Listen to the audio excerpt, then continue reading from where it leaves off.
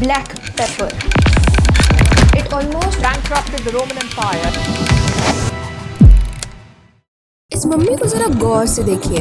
ये मम्मी है रामसिस II का। रामसिस कौन? Perhaps the most extraordinary pharaoh of all was the great warrior King Ramses II. इनके राज को गोल्डन एज माना जाता था, पर जब इस मम्मी को आर्कियोलॉजिस्ट ने ध्यान से देखा, दे वर शॉक्ड। अब पूछोगे क्यों? यू सी, इस मम्मी के नाक में उन्हें मिले बहुत सारे पेपरकॉर्न्स, या हिंदी में बोले तो काली मिर्च। अब obviously they were like, Egypt में पेपरकॉर्न्स तो मिलते नहीं है, तो आखिर ये आए तो आए कहाँ से? और इनके नाक में भला क्यों मिलेंगे? Archaeologists have found that when they were poking around with the corpse of poor Ramesses II, which is perfectly preserved, they found grains of Indian pepper up his nose. Oh wow. अब इसका answer जानने के लिए आपको पहले इस peppercorn को जानना पड़ेगा। Wait, wasn't this video about pepper and the Roman Empire and bankruptcy? तो ये इजिप्ट कहाँ से आ गया बीच में? बस आ ही रहे रोम पे। You see, जब मैं छोटी थी, मेरे कजिन भाई ने मुझे ये बुक दी थी। हाँ जी, इसका कवर गायब था, बट इसमें एक बहुत इंटरेस्टिंग पेज था। यस, काली मिर्च के बारे में। अभी आप पूछोगे, वेल, काली मिर्च में ऐसा क्या खास था? इसको देखिए जरा।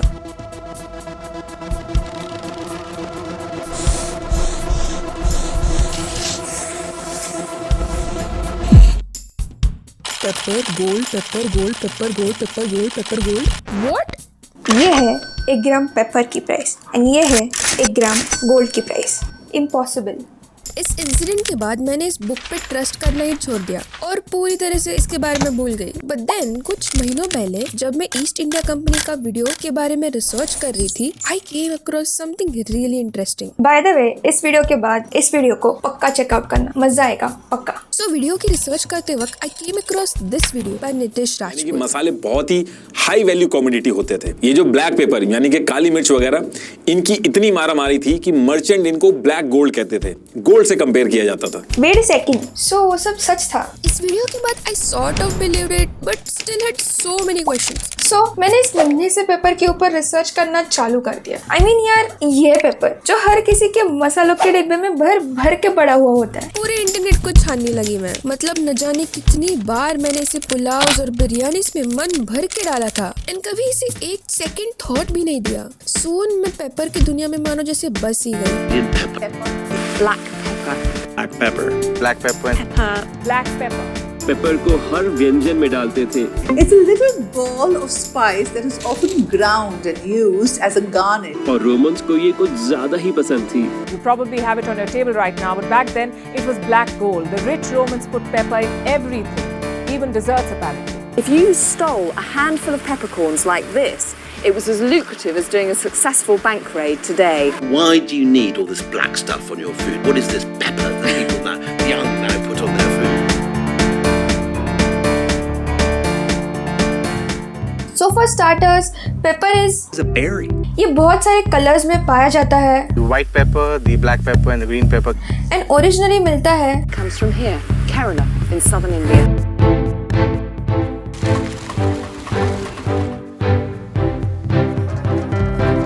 Soon I figured out it is everywhere. I mean, अगर आपने सुबह इडली, सैंडविच या मैगी खाई हो, या फिर दोपहर में खिचड़ी या सब्जी, या फिर रात में पुलाव, बिरयानी या इवन चाइनीज, बहुत ज़्यादा हाई चांसेस है कि आपने इसे खाया हो। And not just India, French, German और इटालियन डिशेस में भी इसे मज़े मज़े से खाया जाता है।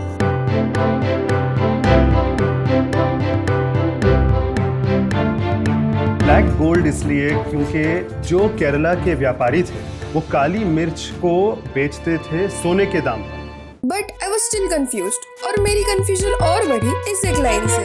It nearly bankrupted the Roman Empire. What? क्या आपने कभी रोमन एम्पायर की साइज देखी है? Look at this. France, Britain और आधे जर्मनी से लेके जाता ये इजिप्ट तक। रोमन एक्वेडक्ट से लेके आर्किमिडीज के बाथटब यूरेका इंसिडेंट से लेके मार्कस ऑरेलियस के स्टोइसिज्म तक, Roman Empire was the it empire. क्या इनका ग्लोरी, क्या इनकी महानता, क्या इनका landmass. And then there is pepper. अभी आप भी पक्का वही सोच रहे होंगे जो मैं सोच रही थी। इतने नन्हे से पेपर ने रोमन एम्पायर को ऑलमोस्ट बैंकरप्ट करके कैसे छोड़ दिया? सो सबसे पहले रामसेस II की पहली को सुलझाते हैं। क्या कर रहा था पेपर इस 3000 साल पुरानी मम्मी के नाक में? हिस्टोरियंस बताते हैं कि हाँ, दरअसल इंडिया और इजिप्ट के बीच शायद एक पॉपुलर सी ट्रेड रूट था जो अरेबियन सी से होके जाता था। हाँ, 3000 साल पहले। बट इंटरेस्टिंगली वो बताते हैं कि ये फारो के वक्त का ट्रेड भी बहुत ज्यादा रीसेंट था। शायद ये ट्रेड रूट 14,000 साल पुराना भी हो सकता है। 14,000 साल मतलब 13th century BCE। ये कितना पुराना है समझना थोड़ा मुश्किल होता है। तो इन कंपैरिजन जो अर्लीस्ट हड़प्पा साइट्स बताए जाते थे वो थे 3300 BCE के। सो एंशिएंट हड़प्पा के लिए भी ये खुद एक एंशिएंट सी ट्रेड रूट होगा। बट इस ट्रेड का जो अर्लीस्ट एविडेंस आर्कियोलॉजिस्ट को मिला है वो है 4th century BCE का। ये देखिए, ये है एक semi precious stone lapis lazuli. Archaeologist को खुदाई करते वक्त इसके बीड्स मिले आज के सीरिया में। उस वक्त दुनिया में 3 बड़ी सिविलाइजेशंस थी, इंडस वैली, मेसोपोटामिया और इजिप्शियन, और सीरिया आता था मेसोपोटामिया में। इंटरेस्टिंगली उस वक्त ये स्टोन सिर्फ एक ही जगह में माइन होता था, यहाँ पे इंडस वैली के बदाखशान रीजन में जो आज अफगानिस्तान में आता है। इनफैक्ट मेसोपोटामिया की और एक जगह सुमेरिया में आर्कियोलॉजिस्ट को ये मिला। इसे बोलते हैं clay tablet. Pressed onto clay, cuneiform tablets are incredibly durable. It's a form of time travel. It catapults you back in time thousands of years and puts you directly into the shoes of somebody who lived so many years before us. ऐसे ही एक clay tablet पे इन्हें ये लिखा हुआ मिला, lapis lazuli. यार मतलब इमेजिन करो, ये लोग जिनके पास कुछ भी नॉलेज नहीं था विंड और रेन पैटर्न्स के बारे में, ना ही उन्हें पता था बॉयंसी के फिजिक्स के बारे में, ना ही थे उनके पास रेडार्स, लाइफ जैकेट्स या कोई भी एडवांस्ड शिप्स। ये कैसे जाते होंगे समुंदर पार करके? कितना रिस्की होगा ये सफर उनके लिए। हिस्टोरियंस बताते हैं कि इसी लैक ऑफ नॉलेज की वजह से ये लोग अपने शिप्स कोस्टलाइन से बहुत नजदीक से चलाते थे। इस चीज को ध्यान रखना, आगे देखेंगे। सो ऐसे सेल करने से देर तो बहुत लगता था बट अपने डेस्टिनेशन पे जरूर पहुंच जाते थे ये लोग, अनलेस बीच में कोई दुर्घटना ना घटी ऑफ कोर्स। मलाबार के इंडियन टीक से लेके आइवरी और रेड इंडियन मार्बल तक बहुत कुछ ट्रेड होता था इन सिविलाइजेशंस के बीच। So it wasn't a huge surprise जब ये पेपर मिले इजिप्ट के फारो के पास। बट फिर ममीफाई करने के बाद इनके नाक में क्यों डाले गए पेपर? इसका आंसर मिलेगा हमें रोमन एम्पायर की कहानी से। साल था 31 BC। अलेक्जेंडर को मरे हुए 300 साल से ज्यादा हो गए थे। यहाँ पे रोमन रिपब्लिक का सॉर्ट ऑफ डेमोक्रेटिक रूल चल रहा था। 13 साल पहले एक पावरफुल रोमन रिपब्लिक के जनरल जूलियस सीजर की हत्या की गई थी। पूरे रिपब्लिक में केओस मच गया। बट सीजर के बेस्ट फ्रेंड मार्क एंटनी और सीजर के अडॉप्टेड 18 साल के लड़के ऑक्टेवियन ने एक पावरफुल मिलिट्री जनरल के साथ मिलके सीजर के हत्यारों को मार गिरा डाला। अब तीनों की अलायंस बन गई। मिलिट्री जनरल को अफ्रीका मिल गया, मार्क एंटनी को ईस्टर्न प्रोविंसेस और ऑक्टेवियन को रोम और वेस्टर्न प्रोविंसेस। तो बस सब खुश and Rome was ruled happily ever after. ना, इधर तो गेम ऑफ थ्रोन शुरू हो गया। प्रॉब्लम स्टार्ट हुआ जब मार्क एंटनी ने इजिप्ट की रानी क्लियोपेट्रा के साथ एक कंट्रोवर्शियल अलायंस बनाया।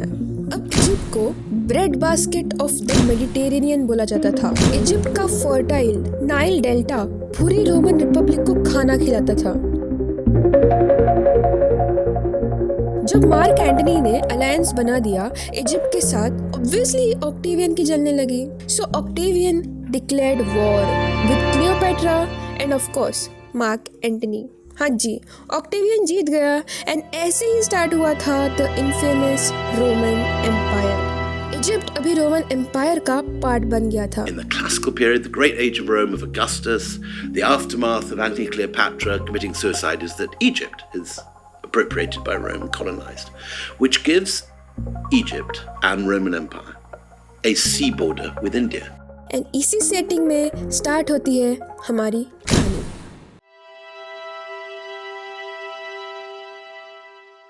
But first I want you to see something. इस मैप को देखिए जरा। ये मैप दिखाता है कहाँ रोमन कॉइन्स डिस्कवर किए गए। ये था पूरा रोमन एम्पायर। सो यहाँ पे कॉइन्स मिलना जायज था एंड फिर कुछ कॉइन्स मिडिल ईस्ट और सेंट्रल एशिया में भी पाए गए, बट वो बहुत ही कम क्वांटिटीज में। But then there is this. Trade करना तो जायज था, हजारों सालों से चल रहा है ये ट्रेड, बट इतना, एंड उसमें भी नॉर्थ इंडिया में तो इनका नामो निशान ही नहीं था। एंड जैसे जैसे साउथ में हम बढ़ते चले जाते हैं वैसे वैसे ये तारों की तरह चमकने लगते हैं डॉट्स। सो क्या चल रहा था एग्जैक्टली यहाँ पे? क्यों मिले इतने सारे gold and silver Roman coins India में? And what's the deal with south India? बाकी सारे कंट्रीज में तो इनका एक सिक्का भी नहीं है। What was really happening here 2000 years ago? Look at India. India is dotted with Roman coin hoards. From the Indian subcontinent, mainly from peninsular south, a lot of Roman coins have been reported. Indian museums contain more Roman coins than any country outside the boundaries of the Roman Empire. इसे समझने के लिए हमें जाना पड़ेगा Egypt के एक port town में, बेरेनिके।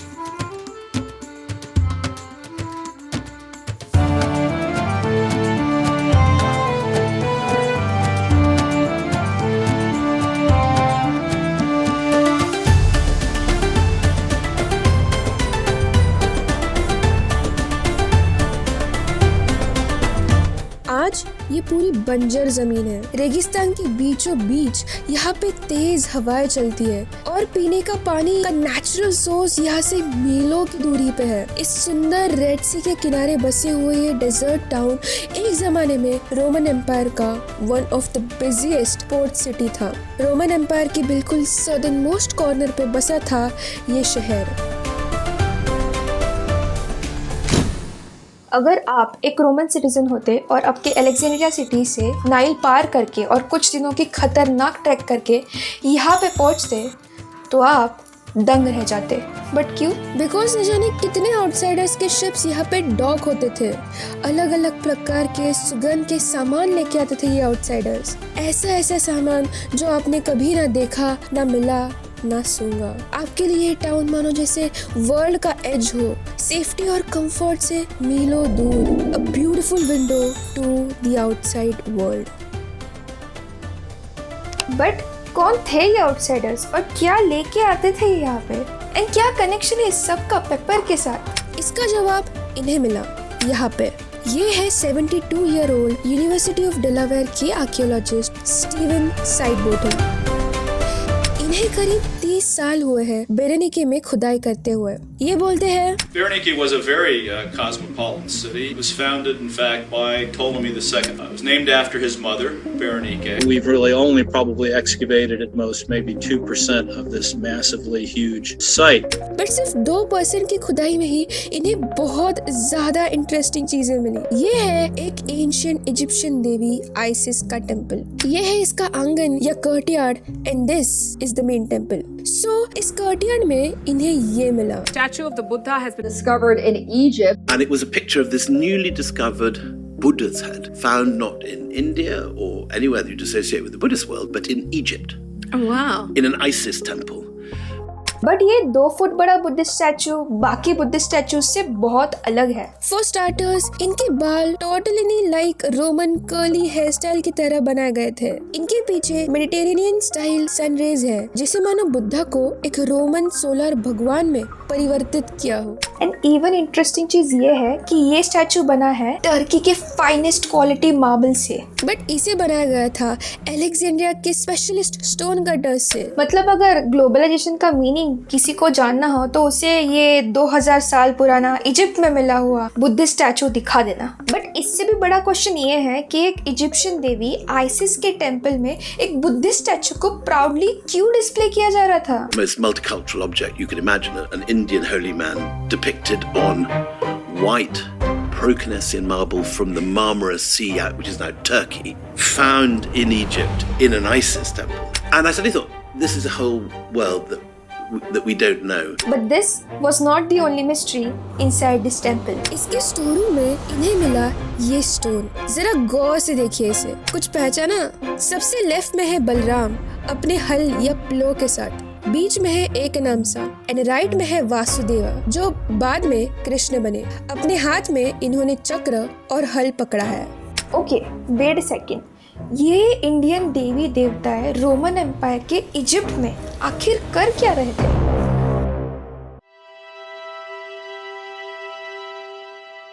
इसका आंसर स्टीवन जी को मिला आइसिस टेम्पल के नजदीक मिले हुए एक जार में। जार को खोलते ही उन्हें आई एक बहुत तगड़ी स्मेल। किसकी? 7.5 किलो पेपर की। हाँ जी, ऑलमोस्ट 7 किलो का paper. And of course, we know one of the major imports, but we have lots of archaeological evidence, were peppercorns, black peppercorns from the Malabar coast in what is Kerala today. इसके साथ मिले इन्हें बहुत सारे gems, pearls, woven mats, baskets and rice. Steven ji को बोलने के लिए शब्द ही नहीं बचे। He realized with shock, बेरेनिके कोई ऐसा वैसा पोर्ट नहीं था। This he discovered was the Roman Empire's gateway to the east. ये सबसे इम्पोर्टेंट एंट्री पॉइंट था इंडिया, साउथ ईस्ट एशिया और ईस्ट अफ्रीका के माइंड बेंडिंग रिचेस का। ये आउटसाइडर्स और कोई नहीं बल्कि इंडियन मर्चेंट्स थे, जो अपने अपने साउथ इंडियन सिटी से पेपर, आइवरी, कॉटन, नाथ परफ्यूम लेके आते थे। सो इस स्टैचू को भी मोस्ट प्रोबेबली एक इंडियन मर्चेंट ने बनाया होगा जो इस पेपर का ट्रेड करता था। जरा सोचिए कितना अमीर होगा ये इंसान, कितने पैसे लगे होंगे इसे टर्की से मार्बल बुलाने के लिए और ये अलेक्जेंड्रिया से स्टोन कटर्स को इकट्ठा करने के लिए। और ये स्टोन भी ऐसे ही दूसरे वेल्दी इंडियन मर्चेंट ने पहले वाले से जेलस होके बनाया होगा। बट हमें कैसे पता कि ये मर्चेंट्स इंडियन ही थे? गुड क्वेश्चन, बिकॉज हमें इस टेम्पल में ये भी मिला। ये स्टोन बड़ा ही इंटरेस्टिंग है। भला क्यों? इसके टॉप और बॉटम में कुछ तो ग्रीक में लिखा है, बट इन दोनों के बीच में ये 3 लाइंस संस्कृत ब्राह्मी स्क्रिप्ट में लिखी है। It reads, King Philip the Arab के 4थे साल में क्षत्रिय वसुला ने सब लोगों की खुशी और कल्याण के लिए ये प्रतिमा इस टेम्पल को अर्पित की है। सो ये इंस्क्रिप्शन हमें क्लियरली बताता है कि एक क्षत्रिय वसुला नाम के इंसान ने इसे कमीशन किया था। So yes, there were a lot of ancient Indians staying in Rome. Imagine करो यार, ये साउथ इंडियन लुंगी पहने हुए अमीर मर्चेंट्स मस्त से सारा ट्रेड खत्म होने के बाद जाते होंगे अलेक्जेंड्रिया में शॉपिंग करने के लिए, फिर इजिप्ट के पिरामिड्स को देखते होंगे एंड देन मेडिटेरियन में सर्कसों में फाइट्स और रेसेस एंजॉय करके रोम की कैपिटल सिटी में कुछ दिनों आराम करके फिर से बेरेनिके लौटते होंगे। बट कमिंग बैक टू हमारा इंस्क्रिप्शन, इसके अंदर एक और सीक्रेट मैसेज छिपा था। इसे पढ़िए जरा, शायद आप और हम देख के तो कुछ सीक्रेट मैसेज ना मिले, but That is very clearly a Buddhist colophon. सो ये मर्चेंट्स सिर्फ इंडियन ही नहीं थे, many of them were Buddhists. सो शायद इसी वसुला ने ये बुद्धिस्ट स्टैचू भी कमीशन किया होगा। And interestingly this merchants were very rich, but how rich exactly? इस स्टैचू को देख के हमें अंदाजा तो लग जाता है इनकी अमीरी का, बट एग्जैक्ट फिगर्स क्या थे? कितने अमीर थे ये इंडियन व्यापारी लोग? इसका आंसर स्टीवन जी को मिला बेरेनिके के नजदीक वाली जगह, बिल्कुल नाइल के तट पे बसे हुए एक वैनिश्ड शहर ऑक्सीडेंटिस में। बेरेनिके की तरह ही अभी यहाँ पे कोई नहीं रहता, बट इनका कूड़ा इधर आज भी यहाँ मॉइस्चर ना होने की वजह से ऑलमोस्ट परफेक्ट कंडीशन में प्रिजर्व है। आर्कियोलॉजिस्ट और हिस्टोरियंस के लिए ये जगह मानो पैराडाइज ऑन अर्थ हो। कई जगह पे तो सिर्फ पैर से रेती हिलाओ तो 2000 साल पुराने चीजें यहाँ पे मिल जाती है, बट एक चीज जिसने हिस्टोरियंस को हक्का बक्का करके रख दिया वॉज दिस। इसे कहा जाता है मुजुरिस पेपायरस। पेपायरस उस समय का जाड़ा पेपर टाइप मटेरियल था। मुजुरिस एक बहुत ही इंटरेस्टिंग जगह है इंडिया में जिसे हम थोड़ी देर में देखेंगे। सो क्या लिखा था इस मुजुरिस पेपायरस में? ये बिलोंग करता था एक अलेक्जेंड्रिया में बसे हुए बिजनेसमैन का, जो इंडिया के मुजुरिस पोर्ट से सामान मंगवा रहा था एक शिप में जिसका नाम था दी हर्मापोलिन। And recently, a papyrus has turned up, which has excited all the economic historians because it contains a detailed invoice for one consignment of goods. It's a very modern document. But इसमें जो सबसे extraordinary चीज थी वो था कि इसमें दिया गया था the exact सामानों के नाम along with their weight and prices. बिल्कुल हमारे डीमार्ट के रिसीट की तरह। It's ivory, nard, cotton and silk. But ये सारी चीजें तो सेकेंडरी थी। जो मेन चीज ये जहाज लाने गया था इंडिया वो था ये 1 किलो नहीं, 10 किलो नहीं, 100 किलो नहीं, 1000 किलो नहीं, 1 लाख किलो नहीं, बल्कि 5,50,000 किलो का पेपर। 6,25,000 किलो में से 5,50,000 ऑलमोस्ट 90% सामान इस शिप पे सिर्फ और सिर्फ पेपर था। इधर लिखा है इस पेपर की प्राइस थी 6 ड्राकमा पर मिना। अभी 1 ड्राकमा था ऑलमोस्ट $4 और 1 मिना था ऑलमोस्ट 300 ग्राम। तो कैलकुलेशन करने के बाद ये 5,50,000 पेपर की प्राइस आती है। ये इस शिप पे था 61 करोड़ रुपीस की काली मिर्च। ये था वो रूट जो इस हर्मोपोलोन शिप ने उस टाइम पे लिया था। मुजरिस से निकलने के बाद ये अरेबियन सी और रेड सी पार करके बेरनिके या मायोस हर्मोस पोर्ट पे रुकती थी। फिर सारा कीमती सामान यहाँ पे अनलोड किया जाता था। फिर ये रेगिस्तान पार करके इसे बोट्स में डालकर नाइल से फाइनली अलेक्जेंड्रिया में पहुँचाया जाता था। उधर से इसे रोमन एम्पायर के हर एक कोने में शिप से ट्रांसफर किया जाता था। But I still had one question, क्या रीजन था इतना सारा पेपर मंगवाने के लिए? इसका एक कॉर्न भी खाओ तो गला जल जाता है। First hand experience guys. So why so much paper? इसका जवाब मुझे 2000 साल पुराने कुकबुक में मिला। ये देखिए, इसमें रोमन्स के सारे गवर्नमेंट डिशेस की रेसिपीज लिखी हुई है और इसके पूरे 469 रेसिपीज में से 349 रेसिपीज में शामिल है हमारा हीरो पेपर। ये लोग इतना सीरियस थे अपने पेपर के बारे में कि सिर्फ खाने में नहीं बल्कि परफ्यूम से लेके डाइज से लेके रिलीजियस सेरेमनीज, बैंक्वेट्स और फ्यूनरल्स तक जहाँ मिले वहाँ पे घुसा देते थे इसे। उस टाइम के राइटर प्लाइनी लिखते हैं कि एक साल भी ऐसा ना बीता हो जब इंडिया ने रोम से 50 मिलियन सेस्टर्सेस नहीं लिए हो। The entire wealth of the Roman world, as he says, India is a drain for all the precious metals of the world. In fact उस टाइम पे पेपर के प्राइसेस इतने बढ़ गए थे कि इसे पैसों की तरह यूज करने लग गए थे लोग। इमेजिन करो 2000 साल पहले आप एक रोमन बैंक में लोन लेने जा रहे हो, आपके हाथ में एक पाउच है पेपर का और फिर वो बैंकर आपकी ओर देखता है, इस पाउच को देखता है, जल्द से इसको अपने हाथ में ले लेता है एंड इन रिटर्न आपके हाथ में एक गोल्ड का पाउच थमा देता है। आज हमें ये सुनने में बहुत वियर्ड लग रहा होगा, ऑलमोस्ट हंसी आ रही होगी, बट 2000 साल पहले this was very common. In fact लोग डाउरी में भी काली मिर्च देना चालू कर दिए थे। सिर्फ अपर मिडिल क्लास पीपल और रोमन एलिट्स ही अफोर्ड कर पाते थे इसे, ऑल्दो कम क्वांटिटीज में तो कोई भी ले सकता था इसे। पेपर वॉज अ लग्जरी और ये फिर भी फर्स्ट सेंचुरी में आके अफोर्डेबल हो गया था बिकॉज इंडियंस और रोमन्स ने डिस्कवर किया था इसे।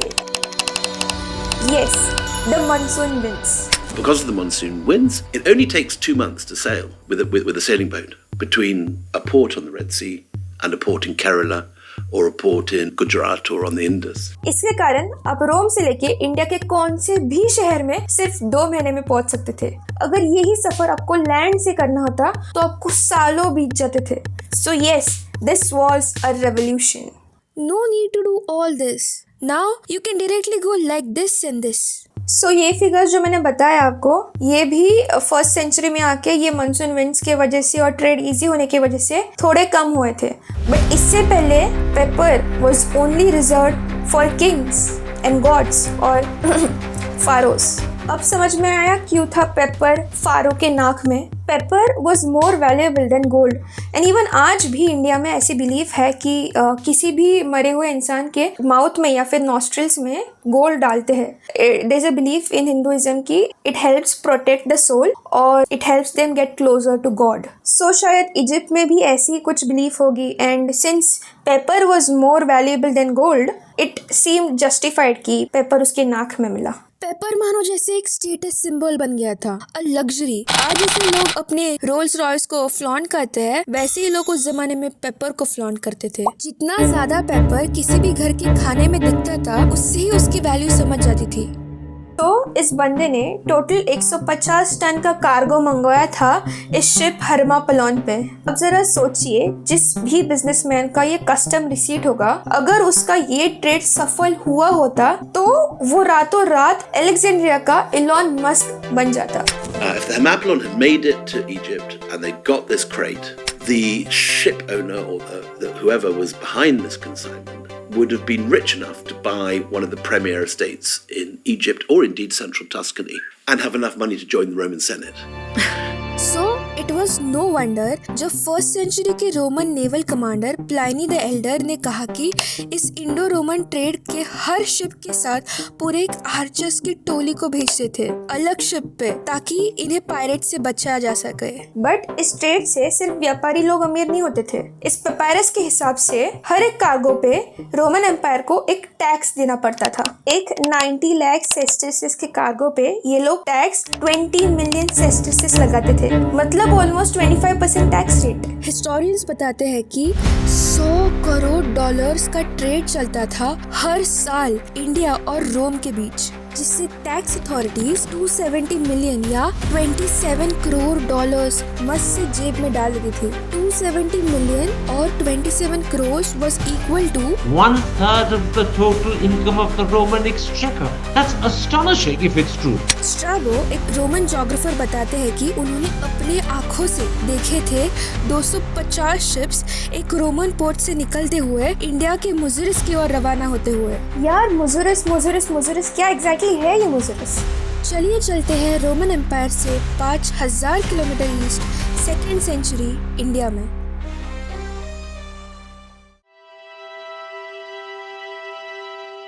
एम्परर अशोका को मरे हुए ऑलमोस्ट 300 साल से ज्यादा हो गए थे। अशोका के बाद मौर्यन एम्पायर ऑलमोस्ट कोलैप्स हो गया था और इंडिया फिर से कांच के टुकड़ों की तरह डिवाइड हो गया था। नॉर्थ में थे the mighty Kushan empire, west में थे साकास एंड सातवाहनास, ईस्ट में थे कलिंगा और दूसरे किंगडम्स, एंड साउथ में थे बहुत सारे छोटे छोटे साउथ इंडियन किंगडम्स जैसे कि चेरास, चोलास और पांड्यास। इंडिया में 3 बड़े पोर्ट्स थे जहाँ से रोमन्स के साथ इंपोर्ट एक्सपोर्ट चलता था, बट सबसे बड़ा और सबसे अमीर जो पोर्ट था वो बसा था इस चेरा किंगडम में, हमारा प्यारा मुजरिस। The legendary port, the heart of the historic spice route. Busiris in traditional textbooks is considered to be a seat of civilization. This site flourished as one of the major ports to the spice trade. It was at one of the pivotal points between the east and west trade. अभी किसी को भी exactly नहीं पता कि ये कहाँ located है। एंशिएंट रोमन पोर्ट्स में इसे बहुत क्लियरली मार्क किया जाता था। ये है Periplus Maris Erythraean map, basically first century का लोनली प्लैनेट गाइड। इसमें देखिए ऑलमोस्ट रोम के सारे रास्ते मुजुरिस में आके खत्म होते हैं। इतने ज्यादा रोमन शिप्स यहाँ पे आते थे कि इधर रोमन सोल्जर्स को ही तैनात कर दिया था सारा कीमती सामान प्रोटेक्ट करने के लिए, एंड इन्होंने यहाँ पर एक ऑगस्टस का टेम्पल भी बना के रख दिया था। उस समय का मुजरिस आज के सिंगापुर या फिर दुबई की तरह था। एक एंशिएंट तमिल पोयम पुरहनुरु इसे डिस्क्राइब करते वक्त ये कहती है, With its gold deliveries carried by the ocean-going ships, the city that bestows much wealth to its visitor, the city where liquor abounds, yes, this Muziris, where the rumbling ocean roars, is given to me like a marvel, a treasure. Gold, liquor, and treasure. Remember, this is 2000 years ago. The poems talk about a bustling, decadent city. Unfortunately, आज तक हमें कोई Augustus का temple नहीं मिला है, but अगर हम मैप के मुजरिस के डिस्क्रिप्शन के हिसाब से देखें तो एक टाउन जरूर है जो इसके डिस्क्रिप्शन को बहुत क्लोजली मैच करता है। पट्टनम, मुझेरीपट्टनम। यहाँ पे आर्कियोलॉजिस्ट को बहुत सारे Roman coins, amphorae, Roman glass, Romano Egyptian pottery, Egypt के टेक्सटाइल्स के टुकड़े और एक रोमन स्फिंक्स सील रिंग भी मिली जिसका ditto copy Roman emperor Augustus Caesar पहनता था। कुछ आर्कियोलॉजिस्ट और हिस्टोरियंस इसे बेरेनिके का सिस्टर साइट भी बुलाते हैं, बट कुछ और बोलते हैं कि पट्टनम तो बहुत ही छोटी जगह है, वेरएज़ मुजरिस तो बहुत बड़ा शहर था। सो हो सकता है कि पट्टनम मुजरिस का एक छोटा सा पार्ट हो, बट चाहे मुजरिस की एग्जैक्ट लोकेशन ना मिली हो हमें, बट जूम आउट करने से हमें ये जरूर दिख जाता है। इंडिया और रोम का बहुत तगड़ा ट्रेड चलता था। फर्स्ट सेंचुरी एडी से लेके मिड 3rd सेंचुरी तक दोनों साइड के व्यापारियों ने बहुत पैसा कमाया, and so did the tax collectors. Everything was good. Romans अपने पेपर के साथ खुश थे और इंडियंस अपने गोल्ड के साथ। It was going well, almost too well, and then suddenly Muziris traded with everyone, the Romans, the Chinese, the Arabs and the Persians. But around 5th century AD, something went wrong. The port disappeared from history books, and by the 14th century, it disappeared from the map. क्या हुआ अचानक से? ये gold से हमेशा भरा पड़ा हुआ शहर रातों रात कैसे गायब हो गया?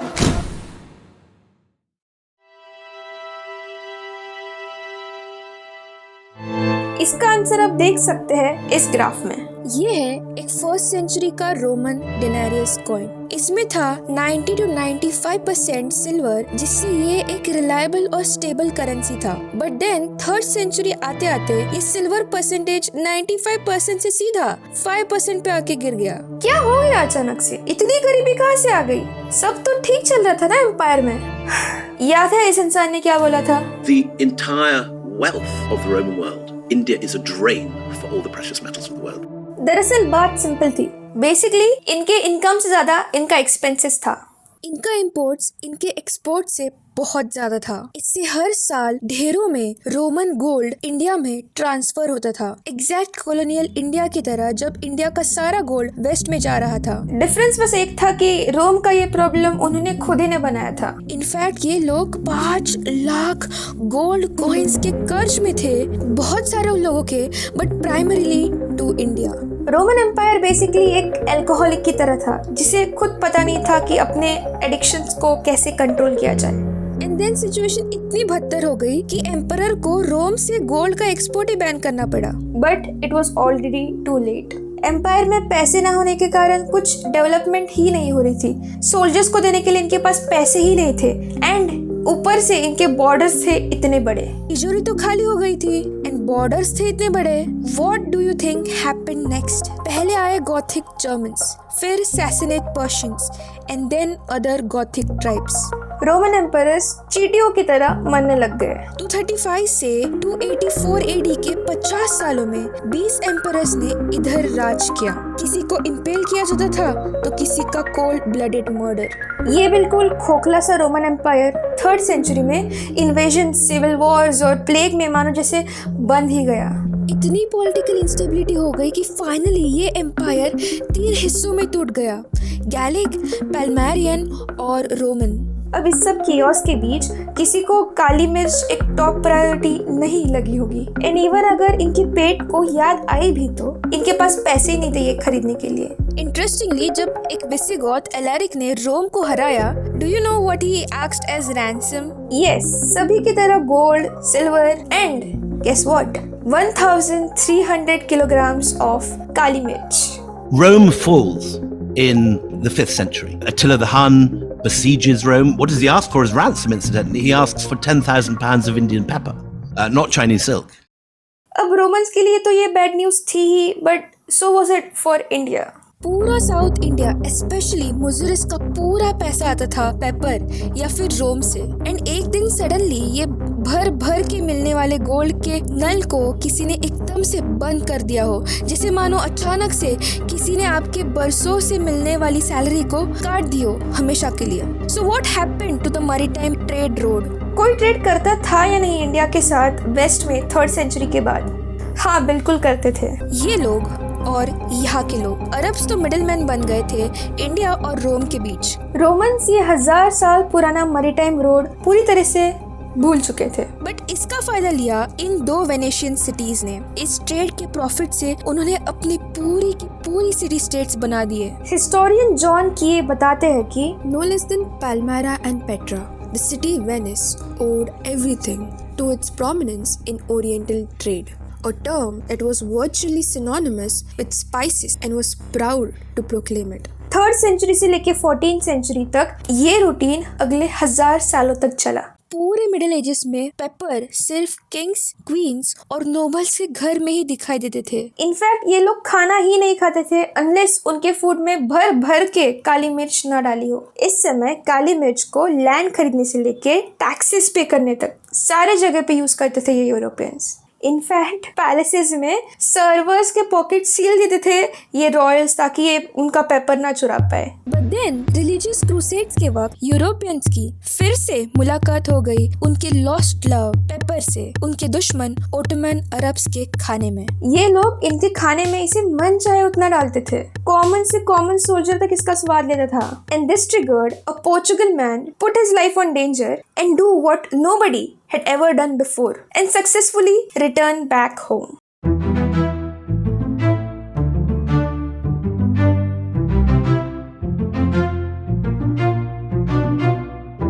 जाता है once he reached Goa in 1524, he yelled for Christ and spices. इसके बाद चालू हुआ the celebrated age of discovery, जहाँ सारे यूरोपियंस पूरी दुनिया को ढूंढना और कॉन्कर करना चालू कर दिया था। जरा सोचिए, किसकी तलाश में निकला था कोलंबस स्पेन से? Of course paper and spices. वो अलग बात है कि उसको नॉर्मल इंडियन पेपर तो नहीं मिला, बट कुछ स्पाइसी जरूर मिल गया। इसका इसने नाम रखा था चिली पेपर। जहाँ यूरोप में ये पैंडोरास बॉक्स खुल गया था, इधर इंडिया में पोर्चुगीज पहुंचने के बाद जैसे मानो बस ही गए थे। एक फोर्ट भी बना के रख दिया था उन्होंने, इस उम्मीद में कि इस पेपर ट्रेड को वो पूरा कंट्रोल कर सके। 100 सालों तक उन्होंने बहुत ट्राई किया इस पेपर ट्रेड को कंट्रोल करने का, ऑलमोस्ट एक मोनोपोली सी बना दी। बट इनके रास्ते में थी एक सलुआ डायनेस्टी की queen Chennabhaira Devi, queen who ruled for a staggering 54 years. इनके राज्य में था बहुत सारा paper. There was a name the Portuguese gave her, the Pepper Queen. And Portuguese को करना था इसे capture. Portuguese attack. Wonder of wonders, Channabhaira Devi defeated them too. ऐसी शूर रानियां भी होके गई हमारे इंडिया में, और हमें आज पता चल रहा है इनके बारे में। So back here in Europe, the Portuguese were getting really rich, and so the Dutch and Brits were like, "Hey, Portuguese के पास इतना पैसा कहाँ से आ रहा है अचानक से?" And then they saw the ships full of pepper. इनकी जो जली मैं बता नहीं सकती। So yes, they decided to get in on the pepper trade. But इनका मेथड थोड़ा सा अलग था। इन्होंने सोचा यार पैसे तो बहुत है इसमें, बट रिस्क भी उतना ही ज्यादा है, सो क्यों ना हम कॉमन लोगों के पैसे लगा दे इसमें। ऐसे अगर सब कुछ ठीक भी नहीं हुआ तब भी उन्हें पूरा का पूरा लॉस नहीं झेलना पड़ेगा। And so 17th and 18th century में लॉन्च होते हैं these two infamous companies जो करोड़ों लोगों के बुरी किस्मत का कारण बन गई, the VOC and the EIC, the Dutch East India Company and the British East India Company.